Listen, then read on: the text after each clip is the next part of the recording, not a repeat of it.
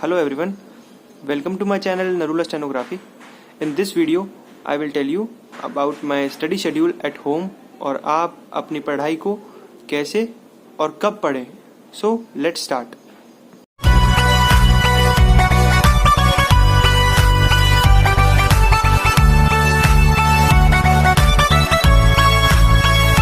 आगे बढ़ने से पहले मैं आपको एक बात बताना चाहता हूँ कि इस वीडियो को बनाने का मेरा मेन मोटिव यही है कि मैं आप लोगों को अपना स्टडी शेड्यूल बता सकूं ताकि आप भी अपना एक स्टडी शेड्यूल बना लें और आप अपना एग्जाम अपने फर्स्ट अटेम्प्ट में क्लियर कर लें ताकि आपको कोई भी परेशानी ना आए. और पिछली वीडियो में मेरे कमेंट्स आ रहे थे कि आप एसएससी में कैसे लग गए, अभी एसएससी का डॉक्यूमेंट वेरिफिकेशन भी नहीं हुआ. तो presently I am working in Haryana agriculture department, not in SSC. So let's start. तो सबसे पहले जैसे कि मैंने आपको अपनी पिछली वीडियो में बताया था कि आपको अपनी पढ़ाई 3 हिस्सों में बांटनी है. सबसे पहले इंग्लिश, दूसरा रीजनिंग, तीसरा जीके.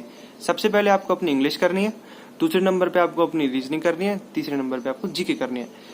इंग्लिश को हमने 3 पार्ट्स में बांटा: English comprehension, English learning work, English grammar. तो अब हम शुरू करते हैं कि हमें अपना शेड्यूल कैसे बनाना है. तो सबसे पहले आप उठिए सुबह 6 बजे. 6 बजे उठने के बाद आप पढ़ाई करना शुरू करिए 7 बजे. 7 से लेके 8:30 तक आप सबसे पहले आप लर्निंग वर्क करिए, क्योंकि सुबह के टाइम लर्न अच्छे से होता है. अगर आप लर्न करेंगे सुबह तो आपको शाम तक वो याद रहेगा, क्योंकि शाम को जब आप लर्न करते हैं सुबह की सारी जो भी आपके साथ हुआ है, सुबह जो भी आपने काम किया है वो सब दिमाग में रहता है, तो लर्निंग वर्क होता नहीं है. तो आप सुबह लर्निंग वर्क करिए. और लर्निंग वर्क में आपको क्या करना है, सबसे पहले आपको 7 बजे न्यूज़पेपर पढ़ना है. आधे घंटे, बस आधे घंटे न्यूज़पेपर पढ़िए. उसमें से 20 वर्ड्स नोट डाउन करिए. एक डायरी ले लीजिए, उसमें इंग्लिश वोकैब के नाम से उसका टाइटल रख दीजिएगा और उसमें 20 वर्ड्स नोट करिए और उनका मीनिंग लिखिए.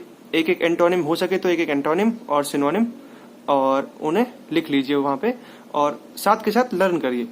वो लर्न करने के बाद आप उठाइए अपनी किरण की इंग्लिश. जो हमारी किरण की इंग्लिश की जो मैंने आपको अपनी पिछली वीडियो में बताई थी कि किरण की इंग्लिश की बुक लेनी है और उसमें से आपको 50 वर्ड्स लर्न करने हैं वर्ड मीनिंग के, चाहे वो एंटोनिम सिनोनिम के फॉर्म में हो, आपको लर्न करने हैं. 50 वर्ड्स आपको लर्न करने हैं उसमें से, और 20 वर्ड्स हो गए आपके न्यूज़पेपर के. उसके बाद 10 एंटोनिम्स उसी बुक में से और 10 सिनोनिम्स. उसके बाद 20 इडियम्स एंड फ्रेजेस. तो टोटल हो जाएंगे आपके 110 वोकैब. मतलब कि अगर आप एक दिन में 110 वर्ड्स लर्न करते हैं तो 10 दिनों में आपके हो गए 1100 वर्ड्स. तो 1100 वर्ड्स की आपके पास एक वोकैब इकट्ठी हो गई आपके दिमाग में. आपको क्या करना है, डेली सुबह सुबह आपको सुबह याद करनी है. 7 से 8:30 बजे तक लर्न करिए उन्हें सुबह, और रात को सोने से पहले एक बार उन्हें रिवाइज कर लीजिए. और 10 दिनों तक ऐसा करिए, 10 दिन तक लर्न करिए उन्हें, और फिर 10 दिन बाद एक फाइनल रिवीजन दीजिए. अपना खुद का टेस्ट लीजिए, किसी को घर पे सुनाने के लिए दे दीजिए कि ये सुन लीजिए मुझसे, ठीक है. उसके बाद 10 दिनों के बाद बंद नहीं करना, ये बस आपको 1.5 महीने तक करना है. 1.5 महीने में आपका सारा लर्निंग वर्क कंप्लीट हो जाएगा. फिर उसके बाद आप रिवीजन ले सकते हैं. जो आपने लिखा है न्यूज़पेपर वर्ड्स और बाकी जितना भी लर्न करा है उसकी आप एक रिवीजन ले लीजिए. उसके बाद बात आती है हमारी, सुबह हो गया 7 से 8:30. 8:30 के बाद आपने पढ़ने बैठना है 10 बजे.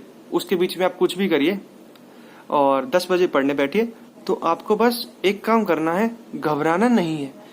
एसएससी हार्ड नहीं है लेकिन इतना इजी भी नहीं है. अगर इतना इजी होता तो सब कर लेते. तो आपको बस थोड़ी सी मेहनत करने की जरूरत है, इतना नहीं है. अगर मैं कर सकता हूं तो आप भी कर सकते हैं, ठीक है. इसके बाद हमने अपना सेकंड फेज में आना है. 10 से लेके 1 बजे तक का जो हमारा फेज है उसमें हमने इंग्लिश ग्रामर करनी है. अपने इंग्लिश ग्रामर के लिए जो मैंने आपको पहले बताया था कि आप डायरेक्ट और इनडायरेक्ट कर लीजिए. डायरेक्ट, इनडायरेक्ट, एक्टिव, पैसिव, जो 20 मार्क्स की वेटेज रखते हैं हमारे एग्जाम में. 20 मार्क्स प्लस में जो कॉमन एरर्स में भी डायरेक्ट, इनडायरेक्ट और एक्टिव पैसिव के क्वेश्चंस आते हैं, फिल इन द ब्लैंक्स में भी आते हैं. तो आप क्या करिए, सबसे पहले एक वीडियो उठाइए उसी टाइम 10 से 1 के बीच में, जो आपको टॉपिक नहीं आता. अगर आपको इनडायरेक्ट डायरेक्ट नहीं आते तो आप एक वीडियो उठाइए जो मैंने आपको बताया था अपनी पिछली वीडियो में. वीडियो देखने के बाद आप उसी टाइम उसकी एक्सरसाइज करिए. 3 पार्ट्स हैं वीडियो के. उस वीडियो का first part, second part, third part देखिए और एक्सरसाइज करनी शुरू करिए अपनी किरण पब्लिकेशन में से. आपको एक्सरसाइज में से 200 क्वेश्चंस करने हैं डायरेक्ट इनडायरेक्ट के. जब आपने वीडियो देखी उसके बाद आपको 200 क्वेश्चंस तो करने ही करने हैं उसके बाद. और 10 से 1 के बीच में हमने ये कर लिया, एक दिन का हमारा शेड्यूल है. और उसके बाद हमने आना है अपने 3 से 5 के बीच में, जो हमारा थर्ड फेज होगा. उस फेज के अंदर हमने अपना तीसरा जो हमारा टॉपिक है, जो कि है हमारा कॉमन एरर्स का. तो कॉमन एरर्स हमने एक दिन में 200 कर रहे हैं, जो हमारा टाइम है 3 से 5 का, उसके बीच में 200 हमने कर लिए कॉमन एरर्स, और 200 हमने से पिछले फेज में कर लिए अपने एक्टिव एंड पैसिव। तो ऐसे अगर हम रोज करते हैं तो 2 या 3 दिन में हमारे कंप्लीट हो जाएगा हमारा एक्टिव पैसिव, और कॉमन एरर्स हमारे चलते ही रहेंगे आगे। उसके बाद हम अपना नेक्स्ट टॉपिक उठा लेंगे। अगर हमारा एक्टिव पैसिव हो गया फिर हम डायरेक्ट उठा लेंगे, और अगर ये हो जाता है हमारा फिर हम फिलिंग द ब्लैंक्स उठा लेंगे। तो इसके बाद हमारा नेक्स्ट पार्ट आता है कॉम्प्रिहेंशन प्लस में जो हमारा क्लोज टेस्ट और जंबल वर्ड्स आते हैं उसका। तो हमें इसका टाइम रखना है अपना रात का 8 से 10। हमें 8 से 10 अपना पढ़ाई दोबारा से शुरू करनी है। आप 5 बजे के बाद कुछ भी करिए, आप 8 बजे के बाद अपनी बुक्स लेके फिर से बैठ जाइए, और आप वही किरण की बुक उठाइए, और उसमें से आप रीडिंग कॉम्प्रिहेंशन के आपको 5 आपको क्वेश्चंस करने हैं। 5 मतलब 5 पार्ट्स करने हैं आपको उसके क्वेश्चंस, उसमें बहुत सारे होते हैं। 5 रीडिंग कॉम्प्रिहेंशन आपको करने हैं उसमें से। उसके बाद आपको 5 क्लोज टेस्ट करने हैं, और 10 जंबल वर्ड्स जो हमारे होते हैं जोड़ने वाले वर्ड्स को, वो करने। और ये रात वाला जो हमने कॉम्प्रिहेंशन की बात करी, ये आपको तो एग्जाम के 2 हफ्ते पहले तक कंटिन्यू रखना है। अगर आपको क्लोज टेस्ट में मार्क्स लाने हैं, क्योंकि क्लोज टेस्ट में इतने अच्छे मार्क्स आते नहीं बच्चों के, चाहे कितनी अच्छी इंग्लिश हो, उसकी मार्क्स हमेशा क्लोज टेस्ट में कटते हैं, क्लोज टेस्ट और रीडिंग कॉम्प्रिहेंशन। तो आप इन पे ध्यान दीजिए अपना आखिरी तक। अगर आपके एग्जाम में जब 2 हफ्ते बच जाएंगे तब आप रीडिंग कॉम्प्रिहेंशन करना छोड़ दीजिएगा, क्योंकि आपकी सुबह तो रीडिंग चली रही है और शाम को हमारे रीडिंग कॉम्प्रिहेंशन के क्वेश्चंस हो जाएंगे। तो इससे अच्छी आपकी प्रैक्टिस कहीं हो ही नहीं सकती। और तो ये हो गई आपकी टोटल पूरे दिन में 7 से लेके 8 घंटे की पढ़ाई। 8 घंटे की पढ़ाई सफिशिएंट है, मोर देन सफिशिएंट है एसएससी स्टेनोग्राफर क्लियर करने के लिए। ठीक है, सुबह आपने पढ़ी न्यूज़पेपर और 1.5 घंटा आपकी वैसे पढ़ाई हो गई सुबह। उसके बाद 10 से 1 3 घंटे की पढ़ाई, और दोपहर में 3 से 5 की पढ़ाई, और रात में 8 से 10 की पढ़ाई। टोटल 7 से 8 घंटे हो गए आपके। आपको कुछ करने की जरूरत नहीं है। आप जब रात को सोएंगे तो आप ये सोच के सोएंगे कि आज मैंने बहुत सारी पढ़ाई कर ली है। आप सेटिस्फाइड होकर सोएंगे अपने आप से कि मैंने बहुत सारी आज पढ़ाई कर ली। तो नेक्स्ट बात अब आती है कि आपने अपना घबराना नहीं है, बस पढ़ाई करनी है, हार्डवर्क करना है। घबराइए बिल्कुल भी मत, कुछ भी नहीं है, आसान है। और इसको हार्ड मान के चलेंगे तो होगा नहीं, आसान मान के चलेंगे तो बहुत इजीली हो जाएगा।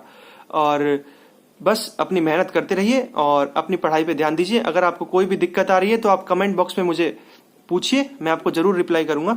और अगर आप इस शेड्यूल को फॉलो करते हैं तो आपकी 1 महीने से पहले ही इंग्लिश की पढ़ाई खत्म हो जाएगी। आपको बस एक रिवीजन की जरूरत होगी बाद में।